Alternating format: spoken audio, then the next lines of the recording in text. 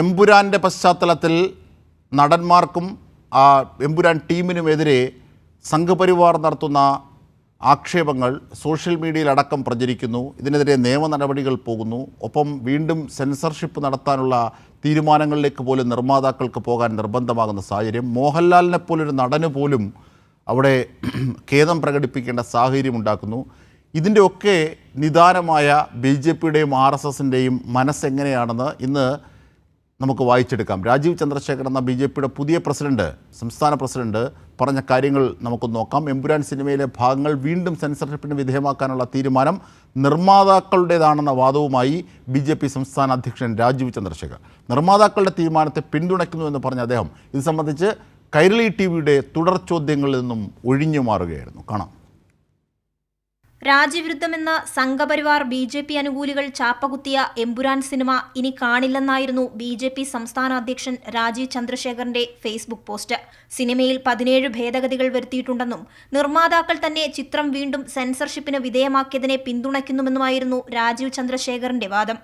ഇന്ന് അവരെന്നെ പ്രൊഡ്യൂസർ തന്നെ അത് കട്ട് ചെയ്ത് റീസെൻസർ ചെയ്യാൻ പോകുന്നു എന്ന് അവർ പറയുന്നു. അതുകൊണ്ട് എനിക്ക് മനസ്സിലാവുന്നത് അതിൽ കുറച്ച് ഒബ്ജക്ഷനബിൾ ഇഷ്യൂസ് ഉണ്ട്. അതുകൊണ്ടല്ല അവർ ചെയ്യുന്നത്. അതേസമയം ഫേസ്ബുക്ക് പോസ്റ്റിനെ സംബന്ധിച്ച കൈരളിയുടെ ചോദ്യത്തിൽ നിന്നും BJP അധ്യക്ഷൻ ബോധപൂർവം ഒഴിഞ്ഞുമാറി. മോഹൻലാൽ ആരാധകരും അതോടൊപ്പം പ്രേക്ഷകരും ഇതിനെതിരെ വന്നു എന്നോട് പറഞ്ഞു. അല്ല, അത്തരത്തിൽ മോഹൻലാൽ പ്രേക്ഷകരൊന്നും ഇതുവരെ പ്രതികരണം നടത്തിയിട്ടില്ല.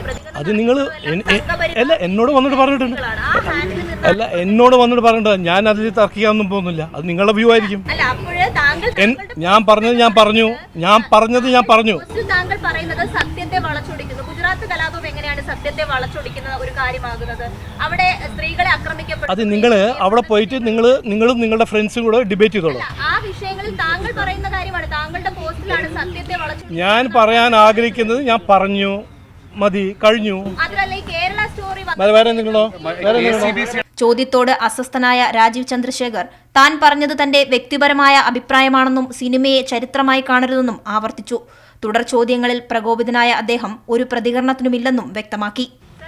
ഇപ്പോഴും നിങ്ങൾ ഞാൻ പെടാൻ പോകുന്നില്ല. അത് നിങ്ങൾ അവിടെ പോയിട്ട് ചെയ്തോ ഡിബേറ്റ്. അതിന്റെ ആൻസർ ഞാൻ പറഞ്ഞത്. ഞാൻ ഇതിൽ ഒരു റെസ്പോൺസ് കൊടുക്കാൻ തയ്യാറല്ല. നിങ്ങളിങ്ങനെ ചോദിച്ചോളൂ. കൈരളി ന്യൂസ്, ദില്ലി.